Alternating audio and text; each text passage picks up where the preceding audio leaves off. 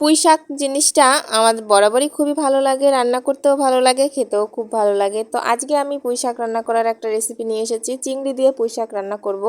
তার জন্য পুঁই শাকটাকে আমি ভালো করে কেটে ধুয়ে নিয়েছি, কিছু আলু কেটে নিয়েছি, আর এদিকে ফ্রিজ থেকে চিংড়ি মাছ বের করে জলে ভিজিয়ে রেখেছি, ফ্রিজে ছিল। তারপর সেটাকে জল ঝরিয়ে ভেজে নিয়েছি, লাল লাল করে চিংড়িগুলোকে ভেজে উঠিয়ে নিয়েছি। এই চিংড়ি দিয়ে পুঁই শাক রান্নাটা আমি এই প্রথমবার করছি, এর আগে কখনো করা হয়নি আমার। তো তারপর আমি চিংড়িগুলো উঠিয়ে সেই কড়াইতে আলু আর ওই পুঁই শাকটা একসঙ্গে ঢেলে দিয়েছি। তারপর এটাকে একটু সময় আমি ভাজবো।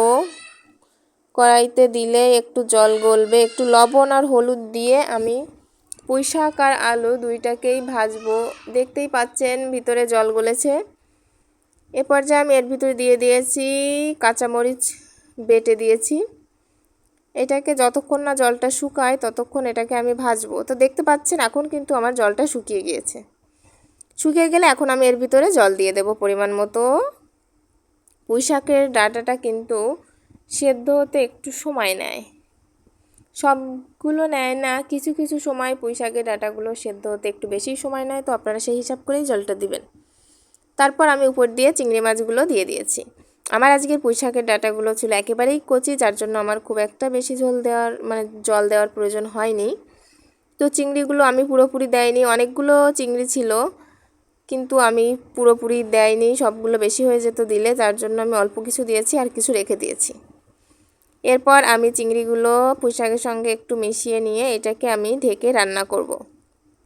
মাঝে মাঝে ঢাকনা উল্টিয়ে একটু নেড়ে চেড়ে দেবো, তারপর আবার রান্না করব। এভাবে যতক্ষণ না আলু পুঁই শাক এগুলো সেদ্ধ হয় ততক্ষণ এভাবে রান্না করব। দেখতেই পাচ্ছেন কালারটা অলরেডি চেঞ্জ হয়ে গিয়েছে। এখন আমি আরেকটা কড়াইতে ওপাশে সর্ষের তেল গরম করে তাতে কিছু রসুন কুচি ভেজে নিয়েছি। রসুন কুচি এটাকে আমি ফোড়ন দেব। যে কোনো শাক সবজিতে রসুন ফোড়ন দিলে কিন্তু একটা আলাদা রকম ফ্লেভার আসে। তো আমি বরাবরই যখন রান্না করি সবজি বিশেষ করে তখন আমি রসুনটা দেওয়ার চেষ্টা করি, আপনারাও চেষ্টা করবেন, খেতে খুবই ভালো লাগে কিন্তু। তো আমি রসুন ফোড়ন দেওয়ার পর এটাকে ঢেকে আরেকটু সময় রান্না করেছি। তারপর লাস্টে এসে আলুগুলো একটু বেটে ঝোলটা একটু ঘন করে নেব। আলুগুলো একটু বেটে দিয়ে আর একটু সময় জাল করব। জাল করে এটা যখন ঘন হয়ে যাবে তারপর এটাকে নামিয়ে ফেলতে হবে।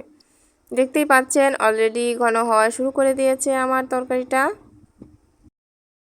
তো এখন আমার তরকারিটা নামানোর মতো হয়ে গিয়েছে এবং তরকারিটা আমি নামিয়ে নিয়েছি। নামানোর পর লোকটা দেখতেই পাচ্ছেন।